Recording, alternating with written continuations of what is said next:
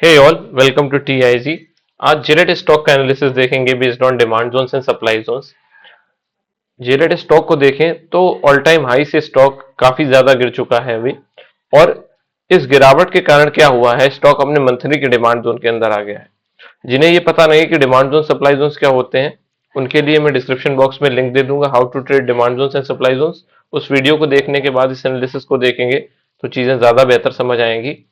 Jared stock ने क्या किया है, एक ड्रॉप, टू बेस कैंडल और रैली का एक डिमांड जोन फॉर्म किया था। इस डिमांड जोन को फॉर्म करने के बाद देखो कौन सा डिमांड जोन है, ये ड्रॉप कैंडल है, ये दोनों बेस कैंडल्स हैं, और ये रैली एंड अगेन ये रैली। और इस ड्रॉप बेस रैली के डिमांड जोन ने क्या किया था, दो चीजें की थी। स्टॉक को ऑल टाइम हाई लेकर गया था, और ऑल टाइम हाई ले जाने के बाद, ऑल टाइम हाई ले जाने से पहले इसने अपने नियरेस्ट रिवर्सल को खत्म किया था, जो कि हायर टाइम फ्रेम का सप्लाई जोन भी था। मतलब ये रैली, टू बेस कैंडल्स और ड्रॉप का सप्लाई जोन था।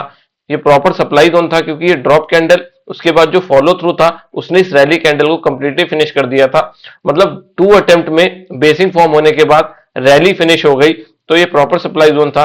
इसलिए इस डिमांड जोन की जो स्ट्रेंथ है वो स्ट्रांग हो जाती है। तो ये मंथली का डिमांड जोन है। मंथली के डिमांड जोन ने मंथली के सप्लाई जोन और नियरेस्ट रिवर्सल पर जाकर क्लोज कर दिया।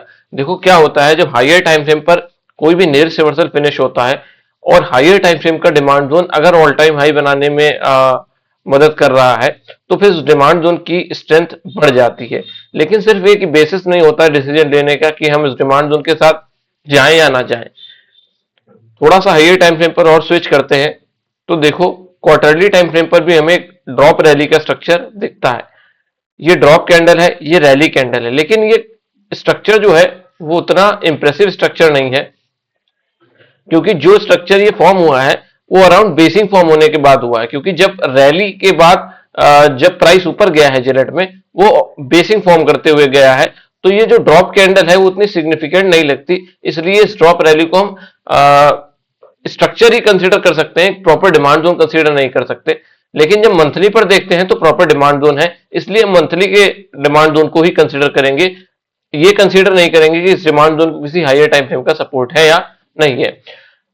बात करें अगर थोड़ा सा हाफ एडली टाइम फ्रेम पर जाएं तो एक डिमांड जोन और जेरेट में दिखाई देता है। ये रैली पे इस रैली का डिमांड जोन है।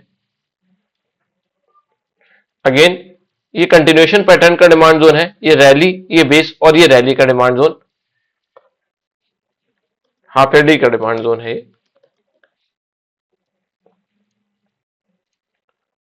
क्वार्टरली टाइम फ्रेम पर अगर इस डिमांड जोन को एनालाइज करें तो यहां पर रैली, थ्री बेस कैंडल और रैली का डिमांड जोन दिख जाता है, ठीक है, फेयर इनफ। लेकिन क्या होता है कि जो लोअर टाइम फ्रेम होता है ना, उसका सिग्निफिकेंस ज्यादा होता है, उसकी महत्वता ज्यादा होती है। अगर उस एग्जीक्यूशन टाइम फ्रेम या लोअर टाइम फ्रेम जिसको हम कहते हैं, उस डिमांड जोन पर, सॉरी, उस पर्टिकुलर टाइम फ्रेम पर अच्छे डिमांड जोन नहीं होंगे, तो फिर जोन के चलने की क्वालिटी जो है, क्या वो चलने के चांसेस जो है वो डिक्रीज हो जाते हैं। और अगर इसको मैं हाईलाइट कर दूं सही से, तो ये डिस्ट्रीब्यूशन नजर आता है। मतलब जो हमें क्वार्टरली टाइम फ्रेम पर भी देखो बेसिंग ही दिख रही थी जब हमने इसको एनालाइज किया था, लेकिन थोड़ा सा कंजर्वेटिव होकर अगर सोचें तो ये रैली थी, जो दो थ्री बेस कैंडल थी, और ये रैली थी। लेकिन रियलिटी छुपती नहीं है, जैसे मंथली टाइम फ्रेम पर हम स्विच करते हैं तो फिर इस डिमांड जोन की वैलिडिटी क्या हो जाती है, खत्म हो जाती है। अब ऐसा नहीं कि इस डिमांड जोन से प्राइस चलेगा या नहीं चलेगा, किसी को नहीं पता। लेकिन क्या होता है कि जो डिस्ट्रीब्यूशन है वो जनरली वीक बाइंग को इंडिकेट करता है, और जहां पर वीक बाइंग होती है तो जब प्राइस रिवर्स करके इस डिमांड जोन की तरफ बढ़ेगा ना, तो बायर्स के का इंटरेस्ट जो होगा वो प्राइस को डिफेंड करने में कम होगा। क्योंकि डिस्ट्रीब्यूशन में क्या होते हैं, क्वालिटी इंस्टीट्यूशन प्रेजेंट नहीं होते। डिस्ट्रीब्यूशन डिस्ट्रीब्यूशन ऑफ प्राइस क्या होता है कि जब प्राइस ऊपर की तरफ जाता है ना, तो कोई भी प्रॉपर डिमांड जोन फॉर्म करते हुए नहीं जाता, और प्राइस को अपनी डायरेक्शन क्लियर नहीं होती एक सर्टेन लेवल तक। यहां पर क्या था, तो ये एरिया क्या है, यहां पर क्वालिटी बायर्स नहीं है, इसलिए यहां पर डिस्ट्रीब्यूशन क्रिएट हो गया। तो जो अगर रिवर्सल आता है जेरेट में, ये डिमांड जोन ब्रेक होता है, तो फिर ये क्वालिटी का डिमांड जोन नहीं है। हाफ एडी का डिमांड जोन जो है वो क्वालिटी का डिमांड जोन नहीं है। अगेन हम मंथली के डिमांड जोन को कंसीडर करते हैं कि मंथली के डिमांड जोन में क्या स्ट्रेंथ है। दो चीजें हमने देखी। पहली चीज ये थी कि प्राइस ने एक सप्लाई जोन को फिनिश किया है, ऑल टाइम हाई पर क्लोज किया है, नियरेस्ट रिवर्सल को क्लोज किया, नियरेस्ट रिवर्सल के ऊपर क्लोज किया है। मतलब तीन चीजें जो हमने देखी हैं, उसके आधार पर हम कह सकते हैं कि इस डिमांड जोन में स्ट्रेंथ है। थोड़ा सा हायर टाइम फ्रेम पर स्विच करते हैं और ये ड्रॉप रैली का जो स्ट्रक्चर हमने कंसीडर किया था, वहां पर ये जो 20 ईएमए है वो डिमांड जोन की तरफ धीरे धीरे मूव कर रहा है। ईएमए का सपोर्ट अगर प्राइस को मिल जाता है जोन के अंदर, तो फिर वो एक अच्छा साइन होता है। तो क्वार्टरली के डिमांड जोन को अगर हम यहां पर कंसीडर कर लेते हैं, तो जो मंथली का मास्टर ईएमए सॉरी मंथली का ईएमए होता है, वो यहां पर देखो सपोर्ट कर रहा है। 20 ईएमए तो ब्रेक हो गया है, लेकिन 50 ईएमए जो है वो मंथली डिमांड जोन के अंदर धीरे धीरे एंटर कर रहा है। मंथ ईएमए जो क्या होता है आपको पता है कि वो मैग्नेटिक इफेक्ट की तरह काम करता है। या तो प्राइस और ईएमए, प्राइस ईएमए की तरफ आता है या फिर ईएमए प्राइस की तरफ जाता है। और यहां पर क्या है कि डायरेक्ट रैपिड फॉल हुआ है तो प्राइस ईएमए की तरफ आ रहा है। अगर प्राइस कंसोलिडेशन में चला जाता है और ईएमए स्टैटिक हो जाता है यहां पर, तो फिर इसको ईएमए का सपोर्ट मिल जाएगा, जो कि होता हुआ दिख रहा है। ठीक है, तो ये भी एक स्ट्रेंथ का साइन है। वीकली डिमांड जोन पर अब जोन की क्रेडिबिलिटी को चेक करते हैं कि जोन की जो फॉर्मेशन है उसमें कितनी स्ट्रेंथ दिखती है। देखो, जैसे वीकली टाइम फ्रेम पर आते हैं ना, तो मुझे यहां पर साइडवेज डिस्ट्रीब्यूशन दिखाई देता है। डिस्ट्रीब्यूशन तीन तरीके के होते हैं, जैसा कि मैं पहले भी बता चुका हूं। बाइंग डिस्ट्रीब्यूशन होता है, सेलिंग डिस्ट्रीब्यूशन होता है, साइडवेज डिस्ट्रीब्यूशन होता है। जो ये वाला डिस्ट्रीब्यूशन हमने मंथली पर समझा था, वो क्या था? बाइंग डिस्ट्रीब्यूशन था। प्राइस ऊपर तो गया है, बाइंग हुई है, लेकिन डिस्ट्रीब्यूशन क्या है? लेकिन डिस्ट्रीब्यूशन के साथ गया है। लेकिन जो वीकली पर हमें ये फॉर्मेशन दिख रहा है, वो कैसा फॉर्मेशन है? साइडवेज फॉर्मेशन है। मतलब एक टाइम के बाद प्राइस साइडवेज हुआ, लेकिन कोई जोन्स को फॉर्म नहीं किया। अगर जोन्स फॉर्म किए होते तो हम उसको डिस्ट्रीब्यूशन कंसीडर नहीं करते। साइडवेज होने में प्रॉब्लम नहीं है, प्रॉब्लम है डिस्ट्रीब्यूशन के साथ साइडवेज होने में। और ऐसी कंडीशन में क्या होता है? जोन्स के मिलने और जोन्स की स्ट्रेंथ पे फिर डाउट आता है कि जोन्स तो है, लेकिन अगर जोन्स के अंदर क्वालिटी होती तो फिर वीकली या इंटरमीडिएट टाइम फ्रेम पर डिस्ट्रीब्यूशन क्रिएट नहीं होता। एक ये डिमांड जोन था वीकली पर, जो नेकेड डिमांड जोन है, मतलब इसको किसी हायर टाइम फ्रेम का डिमांड सपोर्ट नहीं था। प्राइस ने क्या किया? इस डिमांड जोन को इजीली ब्रेक कर दिया। जनरली ऐसा ही होता है, अगर प्राइस को हायर टाइम फ्रेम का सपोर्ट नहीं है और सेलिंग अच्छी आ रही है, सेलर्स ने प्लान कर लिया है कि हमें प्राइस को जो है वो सप्लाई जोन फॉर्म करते हुए नीचे लेकर आना है, तो फिर ये सप्लाई जोन क्या होते हैं? उतने अच्छे से काम, सॉरी डिमांड जोन उतने अच्छे से काम नहीं करते, जो इनको हायर टाइम फ्रेम का सपोर्ट नहीं होता। देखो, इस डिमांड जोन को ब्रेक करने में बिल्कुल टाइम नहीं लगाया, लेकिन इस मंथली के डिमांड जोन में अभी आप देखो तो लगभग एक महीने से प्राइस इसी डिमांड जोन में घूम रहा है। उसका रीजन क्या है? जब डेली टाइम फ्रेम पर स्विच करते हैं तो हमें चीजें ज्यादा क्लियर होंगी कि यहां पर जो डिस्ट्रीब्यूशन फेज हमने देखा था, वहां पर क्या वास्तव में कोई स्ट्रेंथ है या नहीं है।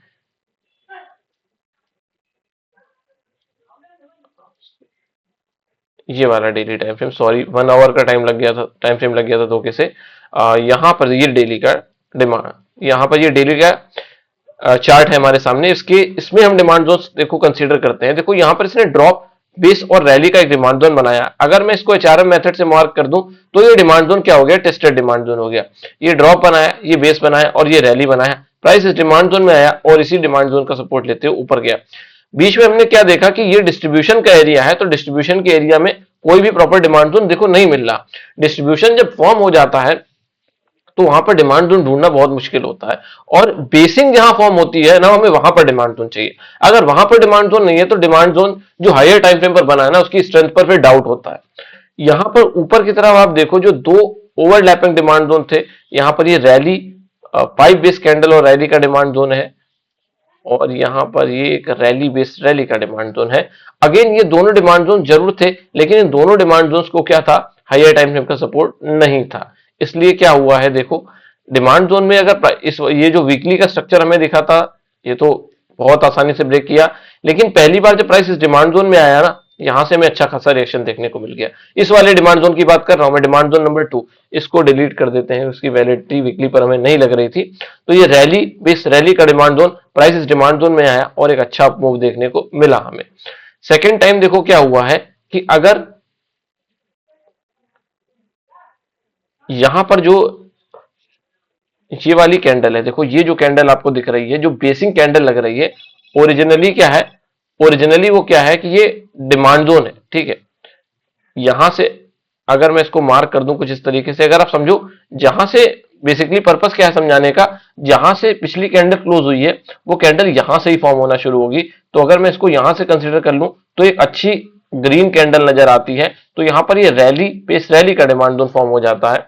और इसको अगर मैं मार्क कर दूं तो ये ओवरलैपिंग डिमांड जोन था, मतलब इस डिमांड जोन को मंथली का सपोर्ट था, लेकिन अगेन उतना क्वालिटी का डिमांड जोन नहीं। प्राइस ने क्या किया, इस डिमांड जोन में आया और हमें यहां से भी रिएक्शन ऊपर की तरफ देखने को मिल गया। इस डिमांड जोन को वायलेट नहीं किया, कंप्लीटली स्लाइटली ब्रीच किया, क्योंकि स्ट्रेंथ में डाउट था। इसलिए क्या हुआ, प्राइस ने इस डिमांड जोन में आने के बाद स्लाइटली ब्रीच करने के बाद भी अच्छा एक मूव दे दिया। ठीक है, अब समझने जाए कि जिलेट में प्रोबेबिलिटी क्या है डिमांड जोन के फॉर्मेशन की, कहां पर हमें ये लग सकता है कि अब सेलर्स एग्जॉस्ट हो रहे हैं और बायर्स में स्ट्रेंथ दिख रही है। उसके लिए अगर हम देखो थोड़ा मंथली पर स्विच करें, सेलर्स का फेज भी समझ लेते हैं कि सेलर्स क्या फॉलो कर रहे हैं। सेलर्स की बात करें तो देखो ऊपर की तरफ मुझे ये डिस्ट्रीब्यूशन लगता है ऑनेस्टली, यहां पर रैली बेस ड्रॉप का स्ट्रक्चर फॉर्म किया और उसके बाद प्राइस यहां से नीचे आया।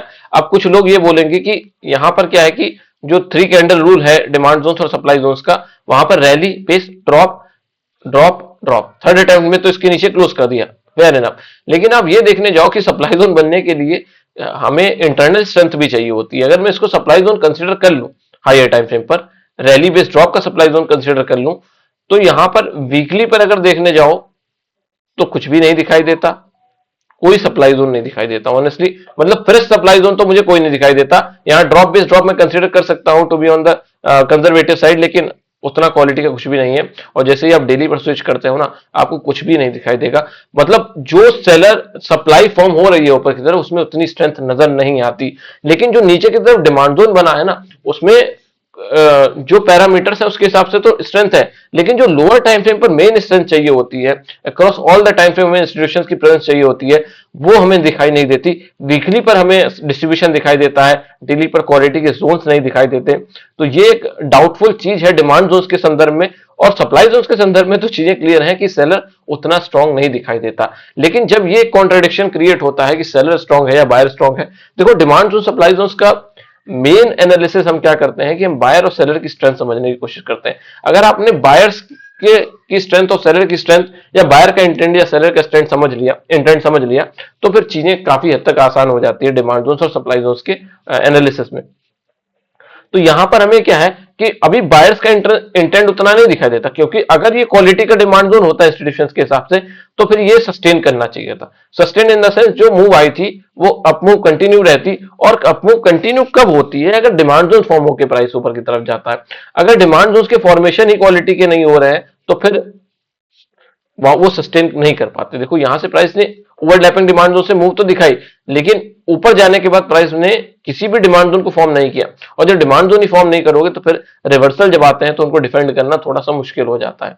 बात कर रहा था मैं इस सेलर एरिया के डिस्ट्रीब्यूशन की, तो ये डिस्ट्रीब्यूशन है, ठीक है। वीकली टाइम फ्रेम और डेली टाइम फ्रेम पर आपको कोई भी क्वालिटी का सप्लाई जोन प्रेजेंट नहीं दिखाई देगा, लेकिन जो इमीडिएट सप्लाई जोन फॉर्म होते हैं ना, उनके ब्रेक होने के बाद ही हम कुछ डिसीजन ले पाते हैं ऐसे सिचुएशन में। ये रैली और बेस और ड्रॉप का सप्लाई जोन जो है ना, मेरे लिए क्वालिटी का सप्लाई जोन है, और मैं ऐसा कंसीडर करता हूं कि ये सप्लाई जोन जो है वो लास्ट हिंड्रेंस होगा। अगर प्राइस ने यहां से मूव दिखाना शुरू करता है, जो कि मंथली के डिमांड जोन में है, क्वालिटी का डिमांड जोन है, ठीक है, ईएमए भी धीरे धीरे सपोर्ट करने आएगा, प्राइस कंसोलिडेशन में हो सकता है जाए, फिर वहां से ब्रेकआउट सिचुएशन बने, वीक बायर्स को निकाला जाए, उसके बाद अपने बाइंग ऑर्डर्स को ट्रिगर किया जाए, वो एक डिफरेंट सिनेरियो है। लेकिन ये जो सप्लाई जोन है ना, ये की पॉइंट है। इस सप्लाई जोन के ऊपर क्लोज करना और डिमांड, देखो इस समय की जो मार्केट है ना, काफी ट्रिकी मार्केट है, ये इतनी आसानी से डिमांड जोन्स को एग्जीक्यूट नहीं करने दे रही है। और जो डिमांड जोन्स में प्राइस आ रहे हैं वो या तो कंसोलिडेशन में चले जा रहे हैं, जहां से प्राइस चल रहा है तो या तो डिमांड जोन से, क्वालिटी डिमांड जोन से चल रहा है, लेकिन वो किसी लो क्वालिटी के सप्लाई जोन से टकरा के नीचे आ जा रहा है। तो इस तरीके की मार्केट में क्या है कि हमें कंफर्मेशन चाहिए, और वो टाइम लगेगा, धीरे धीरे हो सकता है कि ये प्राइस जो अभी एक स्ट्रॉन्ग मूव दिखाते हुए नीचे की तरफ आया है, कंसोलिडेशन फेज में जाए, उसके बाद ये सप्लाई जोन ब्रेक हो। लेकिन इस सप्लाई जोन का ब्रेक होना और नीचे डिमांड जोन का फॉर्म होना, दोनों चीजें जरूरी हैं। उसके बाद ही हम कोई डिसीजन ले सकते हैं जिनेट में कि यहां से एक स्ट्रेंथ डेवलप हो रही है।